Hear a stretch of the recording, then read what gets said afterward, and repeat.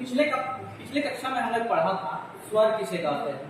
आज की टॉपिक है व्यंजन, यानी व्यंजन किसे कहते हैं। तो सबसे पहले व्यंजन को हम लोग परिभाषित करेंगे, यानी परिभाषा क्या है।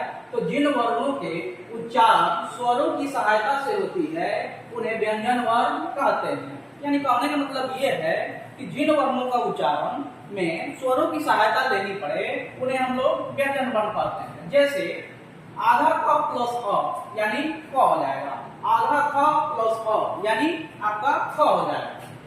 और आगे बढ़ते हैं, व्यंजनों की संख्या 33 मानी जाती है, परंतु ढ और ड द्विगु व्यंजन जुड़ने पर इसकी संख्या 35 आती है।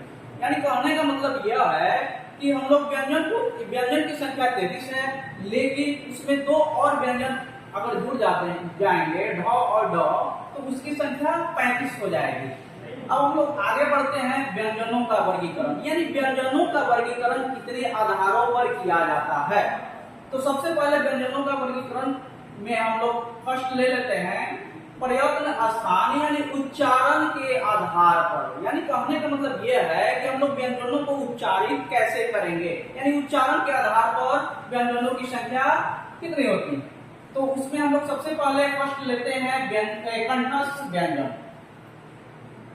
यानी जिन व्यंजन ध्वनियों के उच्चारण में जिह्वा का पिछला भाग से कोमल तालु का स्पर्श होता है, कंठस्थ ध्वनियां या व्यंजन कहलाती है। यानी कहने का मतलब यह है कि हम लोग जिन व्यंजनों को उच्चारण अगर करेंगे तो जीभ का पिछला भाग, यानी जीभ का आपका जो पिछला भाग है वो कोमल तालु, यानी आपके जो तालु है उसको स्पर्श करेगी, तो हम लोग क्या बोलेंगे जी, कंठस्थ ध्वनियां कहते हैं। जैसे क, ख, ग, घ और अंग।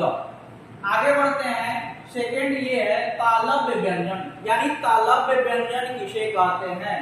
तो जिन व्यंजनों के उच्चारण में जिह्वा का अग्रभाग, यानी आगे का भाग, अग्रभाग का मतलब हो गया आगे का भाग, तालु को यानी तालु को स्पर्श करता है, तालव्य व्यंजन कहते हैं। जैसे यहाँ एग्जाम्पल ले लेते हैं, च, छ, ज, छ।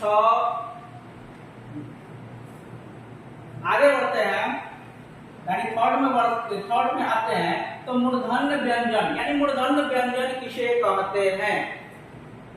कठोर तालु के मध्य का भाग, यानी आपकी जो तालु है उसके कठोर तालु के मध्य का भाग, यानी बीच का भाग को मूर्धा कहलाता है। जबकि जिह्वा का उल्टी हुई नोक का निचला भाग मूर्धा से स्पर्श करती है, ऐसी स्थिति में उत्पन्न ध्वनिया को मूर्धन्य व्यंजन कहते हैं।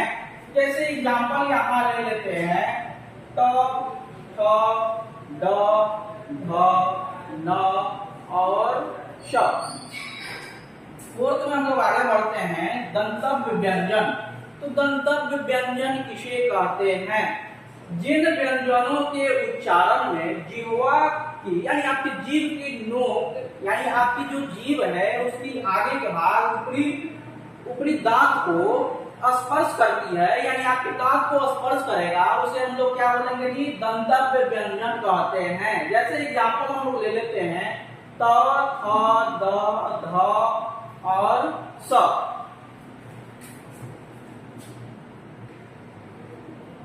इसके बाद हम लोग 5 में पढ़ेंगे ओठस्थ व्यंजन, यानी ओठस्थ व्यंजन किसे कहते हैं। तो जिन व्यंजनों के उच्चारण में दोनों ओठों का, यानी आपका जो दोनों है ऊपर नीचे दोनों ओठों है द्वारा श्वास का अवरोध होता है, ओठस्थ व्यंजन कहलाता है। जैसे एग्जाम्पल हम लोग ले लेते हैं, प, फ, ब, भ और म। आगे बढ़ते हैं, दंतोष्ठ व्यंजन, यानी दंतोष्ठ व्यंजन किसे कहते हैं।